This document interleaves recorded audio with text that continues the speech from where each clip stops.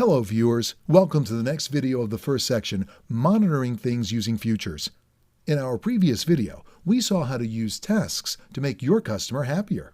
In this video, we'll develop a simple application able to convert money between any currency and euros. Futures are a great tool in the tool chest of every programmer. But wait, what's a future? Well, while a task can be seen as a sort of asynchronous procedure, a future can be seen as an asynchronous function. However, while using task, the process is quite clear. It runs in the background and uses some sort of messaging to talk to the other thread. The future is a bit more complex. When should I get the return value of the future? Let's talk about futures with an example. You can use futures to run tasks on a separate thread and then forget about them. But often, you'll want to use the result of the task. The future function returns an iFuture T reference that you can use to request the result of type T. The reference is like the ticket that a dry cleaner gives you. At any time, you can use it to request your clean dress, but if your dress isn't clean yet, you'll have to wait. Similarly, you can use the reference value to request a future's result, but if the future isn't done computing the result, you'll have to wait.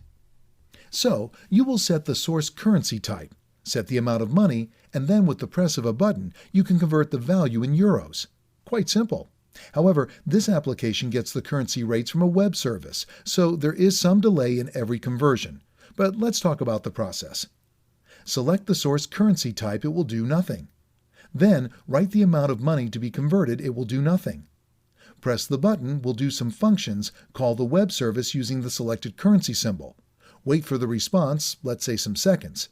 It will parse the response, it will calculate the result, show the result in a T-edit. As you can see, the program waits for the input for a long time while you're writing the data. Should we do better? Sure. How could we improve the program flow to optimize the user wait periods, making the program faster? When the user selects the currency type, we could already have the conversion rates for that currency. But we cannot block the main thread while the user is using the UI because it is a bad practice and upsets the user. So what we want to do is to start the request for the conversion rates in the background, and in this case, a future is really the perfect solution. We'll implement the process in our project. We will select the source currency type. At this time, the program will run a future in parallel, which gets the conversion rates for the selected currency. The UI remains responsive. Write the amount of money to be converted. Do nothing, but the future is running and likely will terminate before you push the button to get the conversion. Then, press the button. Calculate the result using the future result. Let's open the project currencyratescalculator.dproj. The GUI is quite simple, which is shown here. The first problem we've got to cope with is how many and which currency types will be available in the combo box.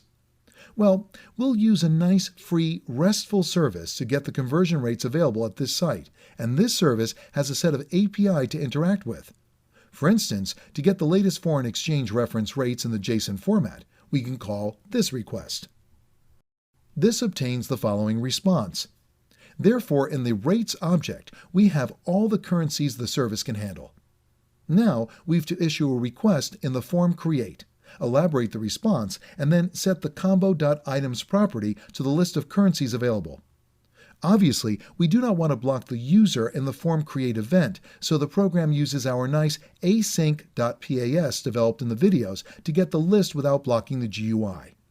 Here's the code in the form create event handler. This send the request and parse the JSON response. This gets the JSON object rates and loop through the property names. This will add each names in the resulting T-string list. This line of code will sort the list. Here it set the list as the items property of the combo box. Now when the program starts, there are no delays, and as soon as the request terminates, the CB symbol combo box fills up with all the available currency symbols. Now we have to start a future when the user selects a currency from the list. Here's the relevant code. This line of code will send the request using the selected currency symbol. This line of code will parse the response and get the rate. When the user selects a currency in the combo, the future starts. Then the user writes a value in the edit value and the future is running in parallel. Then the user clicks on the button to get the conversion.